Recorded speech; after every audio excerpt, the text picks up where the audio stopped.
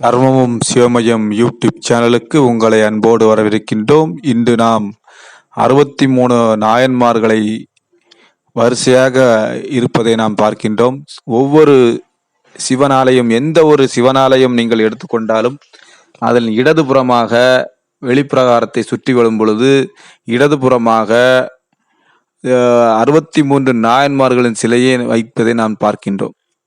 அதை ஏன் வைக்கிறார்கள், எதற்காக வைக்கிறார்கள் என்ற ஒரு காரணத்தை நீங்கள் அறிய வேண்டும். 63 நாயன்மார்களும் 63 வழிகளை நமக்கு சொல்லி தந்திருக்கிறார்கள். 63 நாயன்மார்களும் 63 வழிகள், இறைவனை எவ்வாறு அடையலாம் என்பதை 63 நாயன்மார்களும் வாழ்ந்து காட்டினார்கள், தனித்தனி வாழ்க்கையாக. ஆகவே அந்த ஒவ்வொரு நாயன்மார்களையும் பற்றி வரலாறை நாம் கண்டிப்பாக தெரிந்திருக்க வேண்டும். அப்பொழுதுதான் அவர்களுடைய பட்ட என்ன கஷ்டப்பட்டார்கள், இறைவனை அடைய எந்த ஒரு வேதனையை அடைந்தார்கள் என்பதை உணர முடியும். சிவன் அவர்கள் மேல் எவ்வாறு அன்பு காட்டி அவரை 63 நாயன்மார்களில் ஒருவராக ஆக்கினார் என்பதை நாம் தெரிய முடியும். அவர் எவ்வளவு அடியவர்கள் மேல் எவ்வளவு அன்பு வைத்திருந்தார் என்பதை தெரிய முடியும். அடியவர்கள் எவ்வளவு தூரம் இறைவன் மேல் அன்பு வைத்திருந்தார் என்ற உண்மையும் தெரிய வரும்.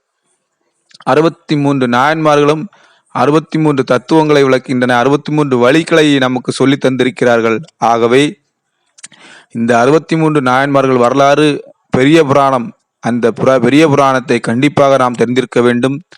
தெரிந்து அந்த 63 நாயன்மார்கள் என்ன சொல்ல வருகிறார்கள், நமக்கு என்ன கருத்தை சொல்கிறார்கள், இறைவனை எவ்வாறு அடைய வேண்டும் என்பதை வழிமுறையை சொல்லித் தருகிறார்கள் என்பதை இதன் மூலம் நாம் தெரிய வேண்டும் என்பதை இந்த அன்போடு கேட்டுக்கொண்டு, இந்த பதிவு 63 நாயன்மார்களை பற்றி தெரிய வேண்டும் என்ற மேலான நோக்கத்தோடு பதிவு போடப்பட்டது.